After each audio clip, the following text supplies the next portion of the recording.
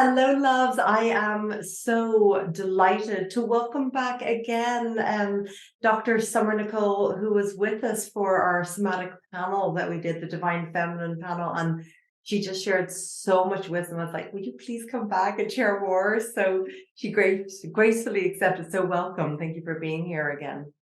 Thank you, Amanda. So lovely to be here. Thanks for inviting me back. Thank you. And I just felt like this work that you do is so powerful.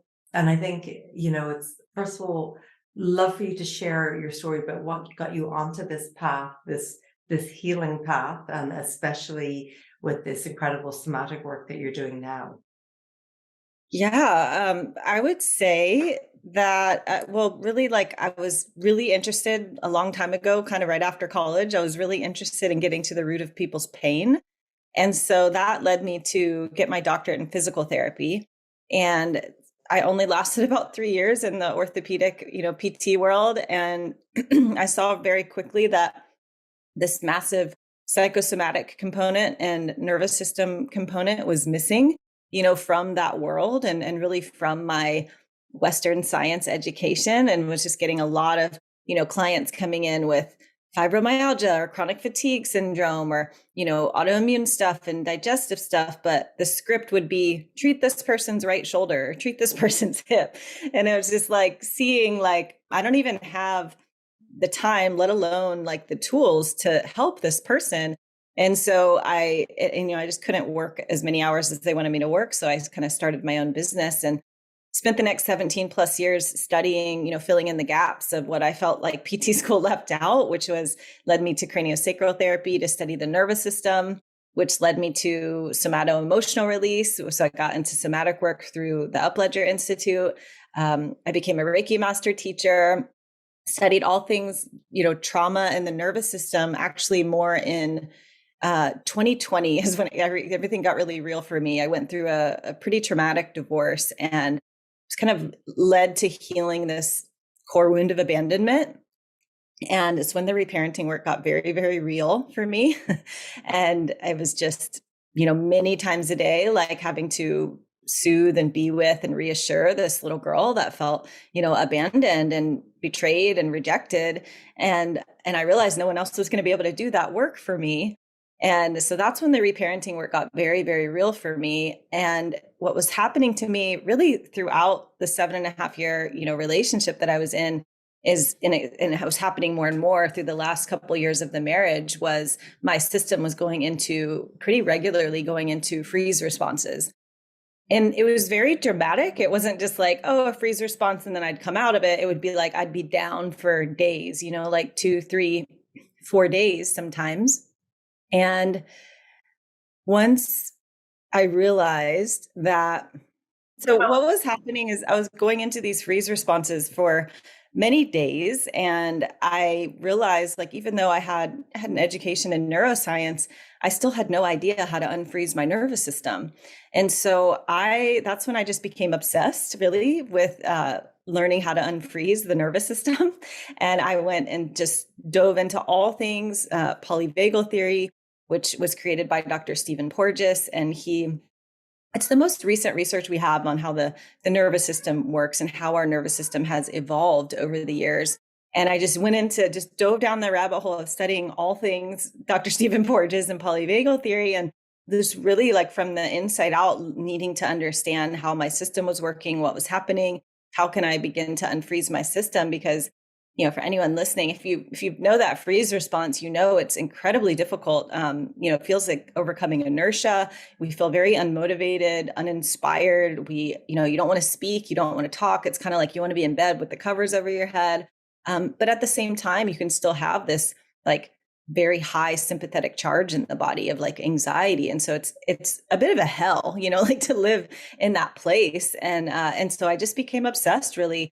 And as I was learning more and more about polyvagal theory and studying all of Dr. Porges's work, it led me to this protocol called the Safe and Sound Protocol, which is an acoustic intervention for the vagus nerve. And really it helps the nervous system optimize its ability to regulate itself. And so helps one navigate life from a place of safety versus defense.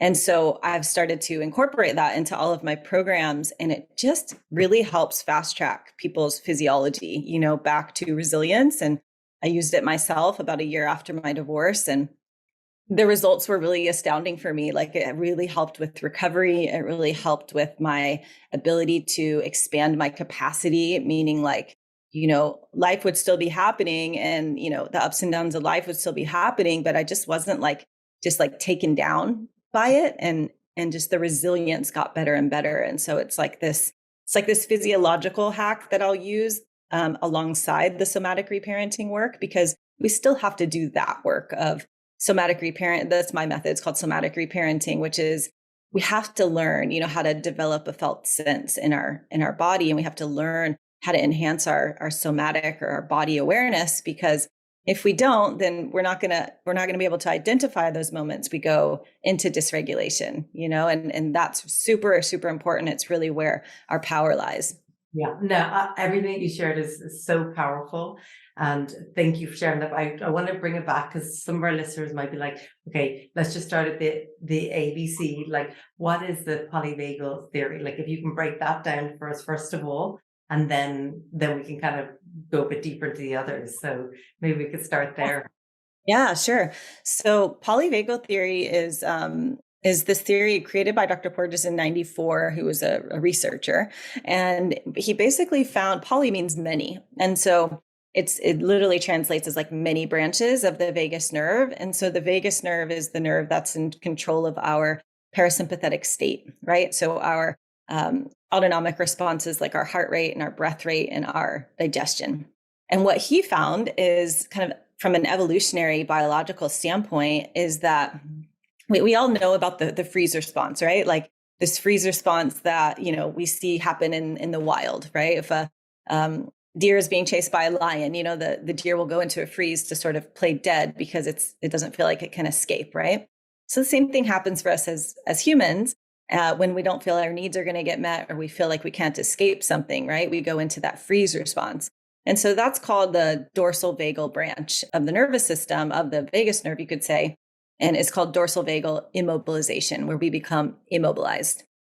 What Dr. Porges found is that we also have this ventral vagal branch of the vagus nerve. And so the ventral vagal branch, and this is what, from an evolutionary standpoint, how we've progressed as humans really, is that it's what he calls our social engagement system.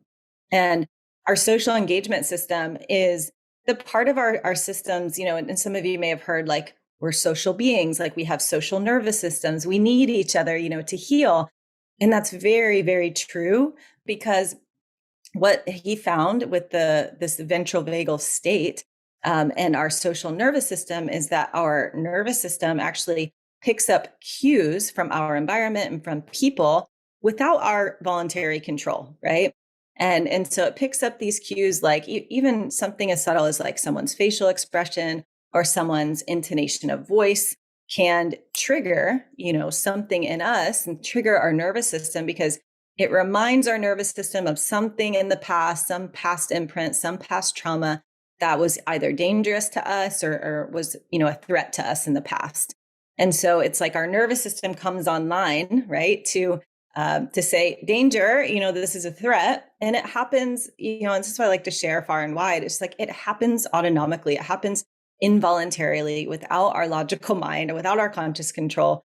And so there's just no need, to people get so down on themselves for, why does this still trigger me? And how come I haven't healed this by now? And it's really unproductive once you really understand, what is actually happening with the nervous system and how the nervous system works.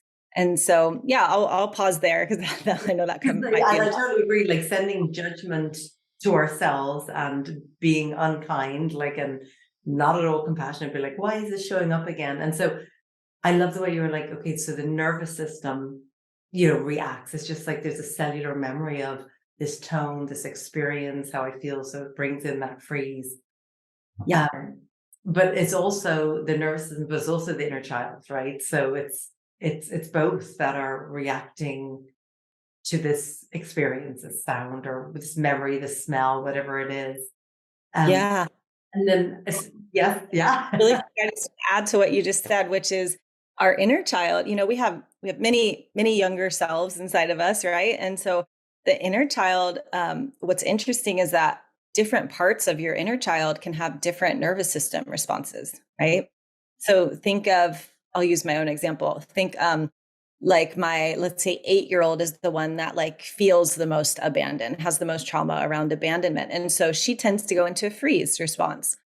My, let's say 15, 16-year-old, she's the fighter and she gets real angry and she was more like a fight response, And so think of that like in yourself, for those of you who are listening, like as you were younger, we go through these, we different coping mechanisms really that our system helps us with. And the other thing I just don't want to forget to say is like when I was speaking to the ventral vagal state, why it's so important for us to learn how to regulate and consistently get back to that ventral vagal state is that in that state, every system, it's the only state that every system of our body can heal. So every system of the body, like it has a positive domino effect on, brain and cognition, your digestion, your muscle tension and pain will go down. It's like it has this domino effect across every system. And when we're in that ventral vagal state, we're also it's the state where we can access compassion. You're talking about compassion for the self, compassion for others. It's the state where we can access a sense of curiosity. So think about how like a sense of curiosity and like wonder about your life, is very different than being in a defensive state. And it's also the state where we can, once our body is in that state, the mind can access positive potential and like positive possibilities and create creative solutions for our life, Yeah. So that's why it's you hear so much right now about the vagus nerve or about ventral vagal. That's why. It's because it literally will change the quality of your life and allow all systems of your body to heal the more and more that we're in that state. I love that. And I love that you point out, it depends what the trigger is. It could be our 2-year-old or 5-year-old or 15-year-old. And that is all maybe a different emotion that gets evoked, or a fight or freeze or fawning or whatever we start doing, right?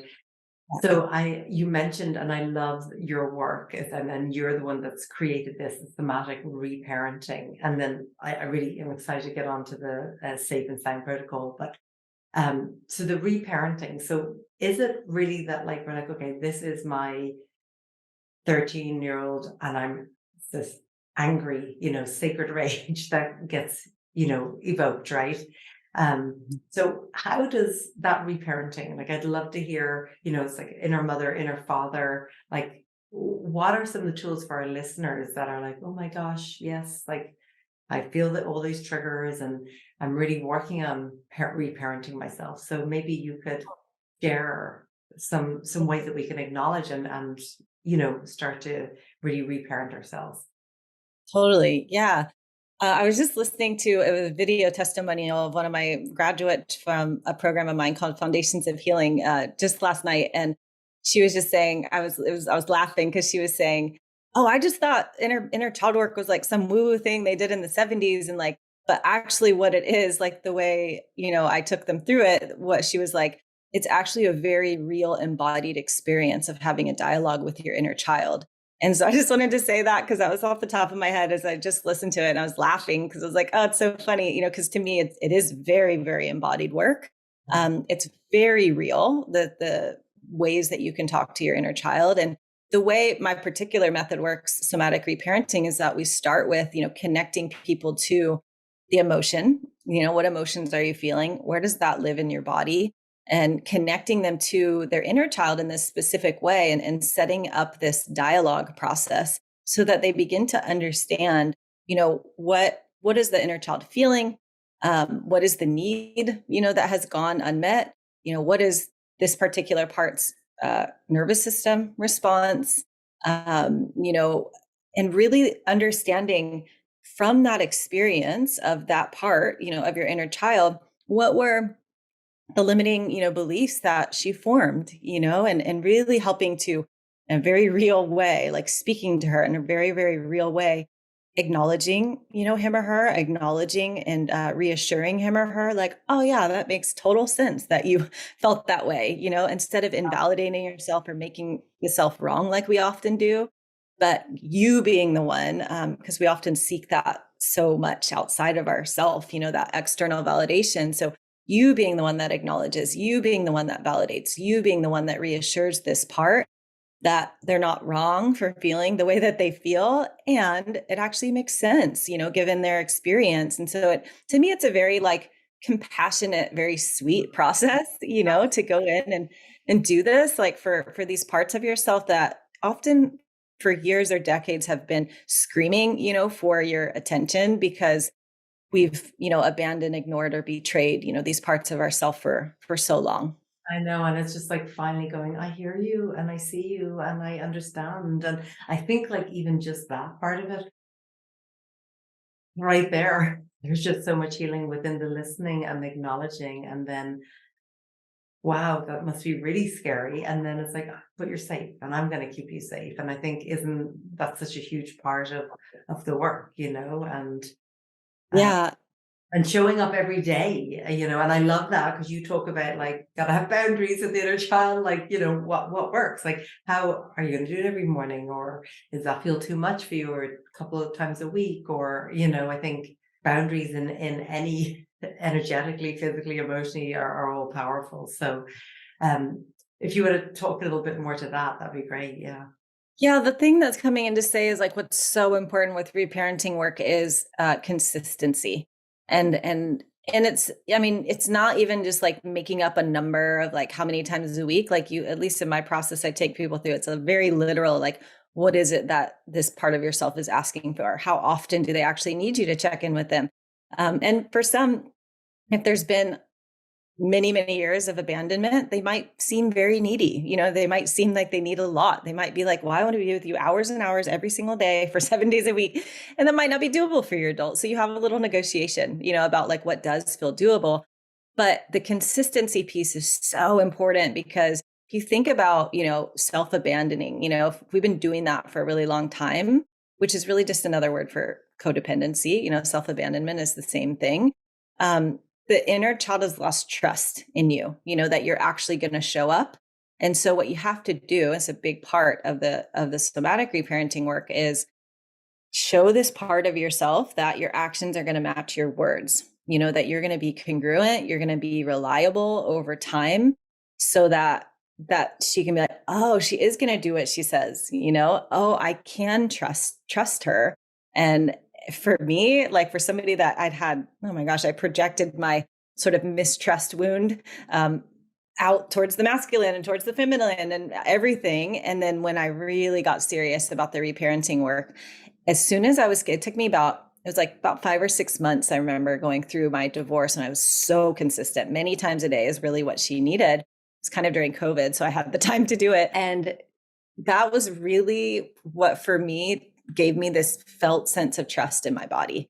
Like I'd never had a felt sense of trust until I could sit in my meditation, and the way I was checking in with my little girl, I could sit with her and she would just be, instead of this sort of writhing, angry little thing that was very difficult to be with when I first started doing the work, she was like calm and just sitting in my lap and just kind of like, I trust you. Like I see that you're here now, and this part of you really calms down, for sure calms down, is like soothed because you're there now, she's not needing to scream or rage or cry for your attention.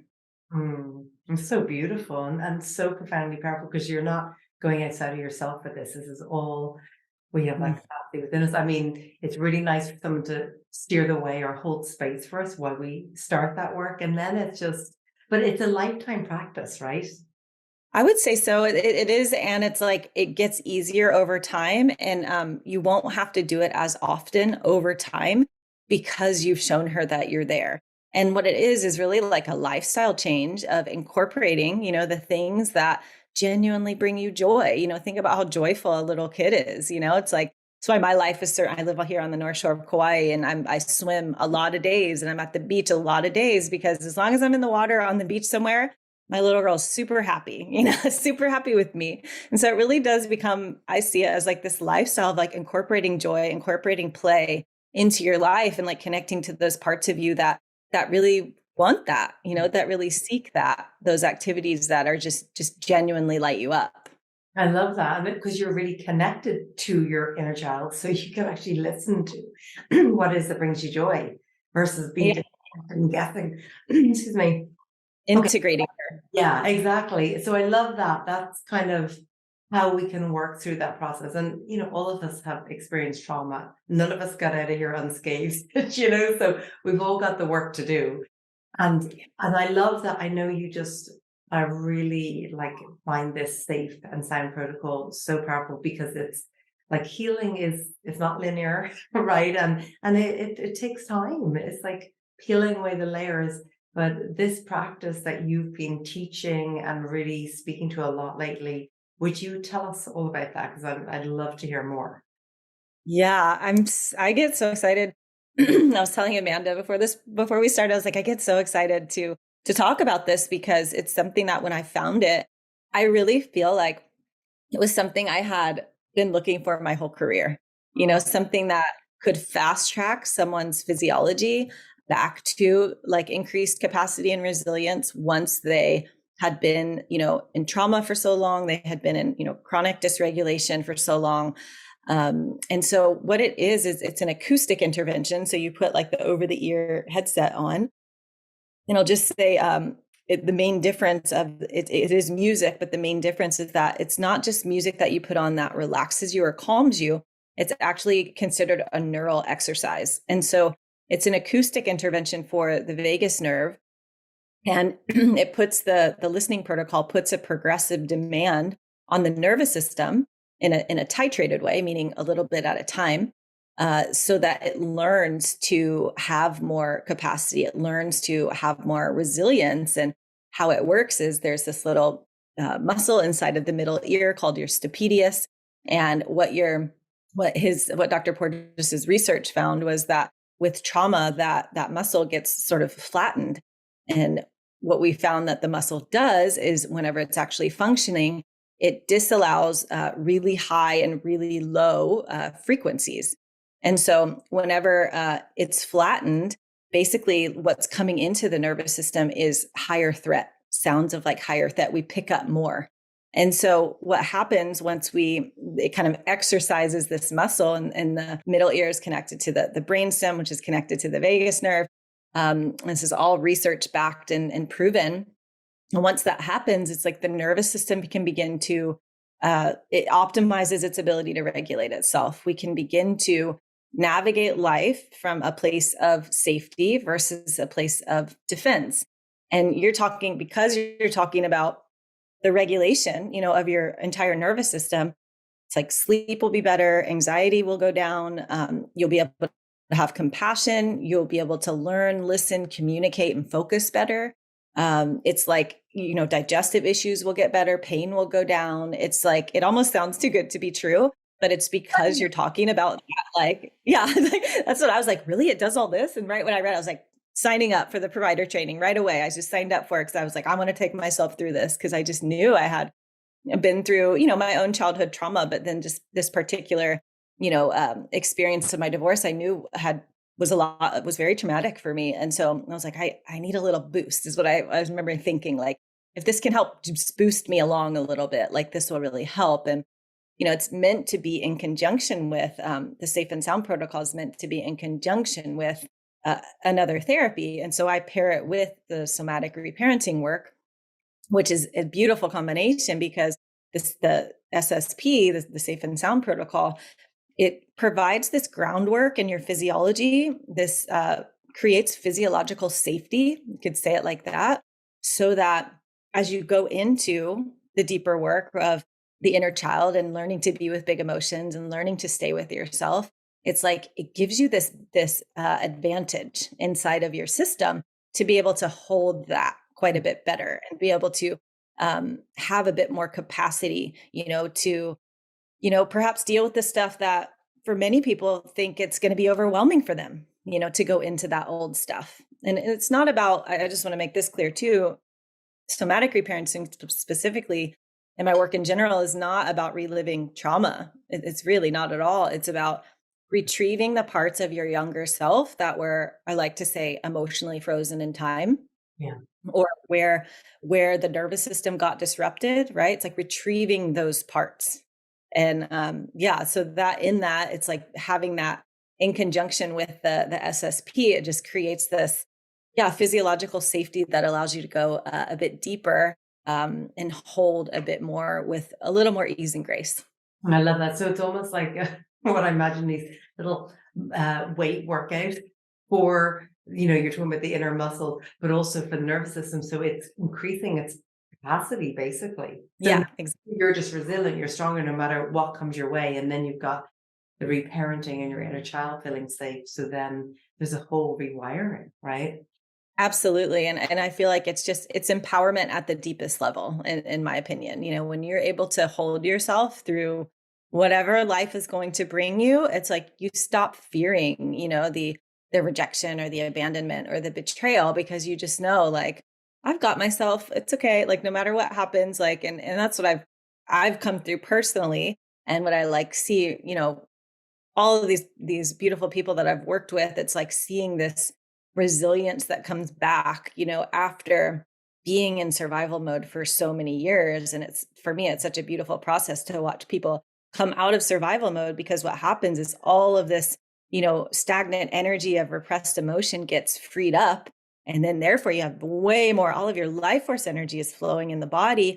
And then people move from survival mode to creation mode. And that's such a beautiful thing for me to watch, because it happens every time, about halfway or three-quarters of the way through Foundations of Healing, my 6-month program, where it's so cool to see, because people start being like, oh, all these ideas are coming in for what I want to create in the world, or I feel so connected to my soul's purpose, or oh, I'm getting these job offers, or, it's like these things start to come into their field.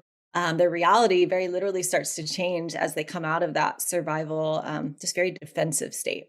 I love that. And it just creates this new blueprint in your whole energy field, your nervous system.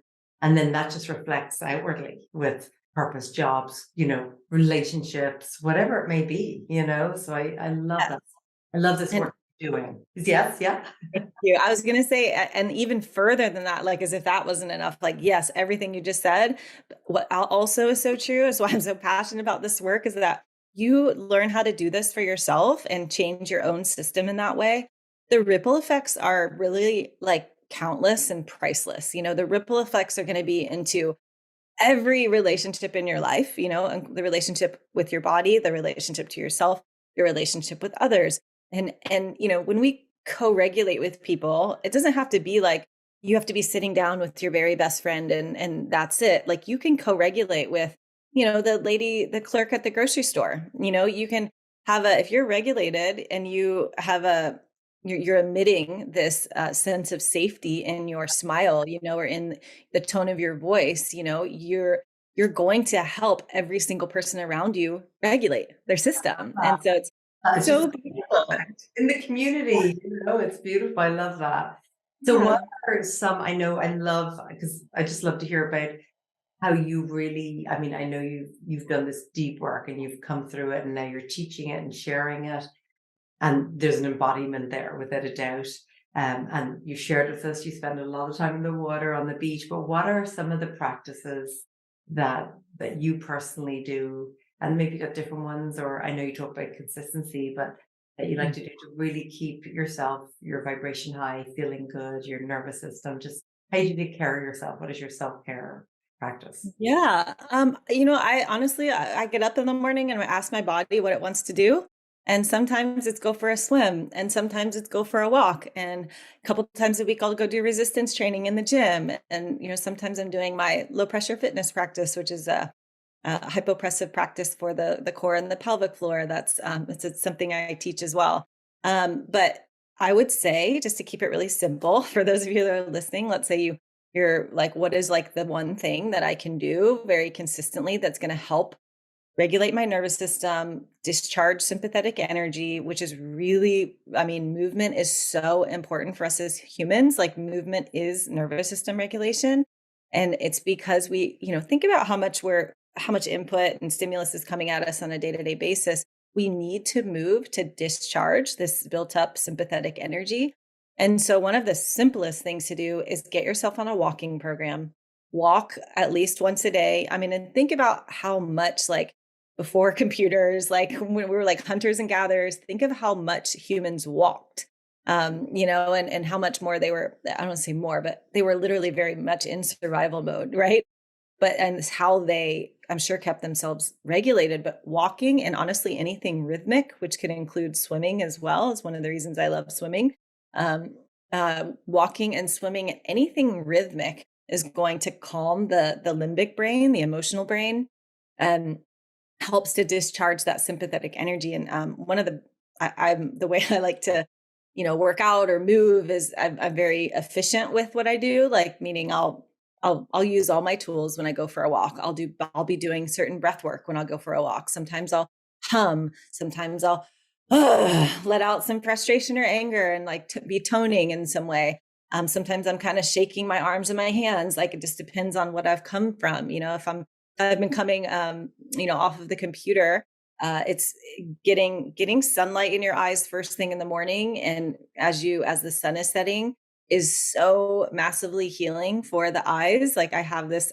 I'm guessing there's research on this that there for sure is for morning light, that it helps us sleep if we get morning light. But I really feel like, because I'm on Zoom a lot, is Mm. that if I can get that in the at least once a day. It's usually, for me, it's sunset, but I'm trying to do more in the morning.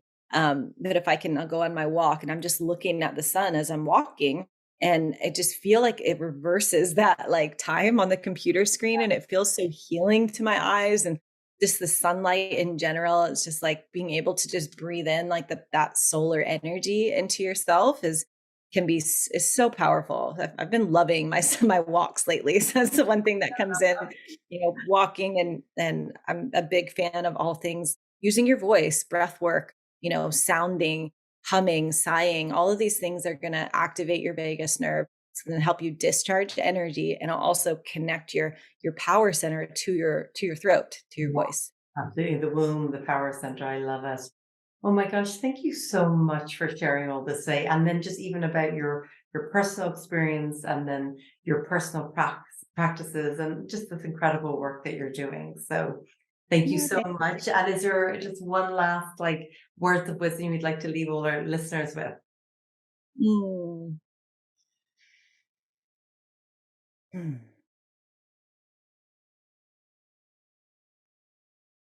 Yeah, I think what I would say is stop making yourself wrong for the way that you feel. Is really, really important, because so many people have such a harsh negative inner critic, and the self blame and the shaming of their self is so kind of rampant in our society, and it's just completely unproductive.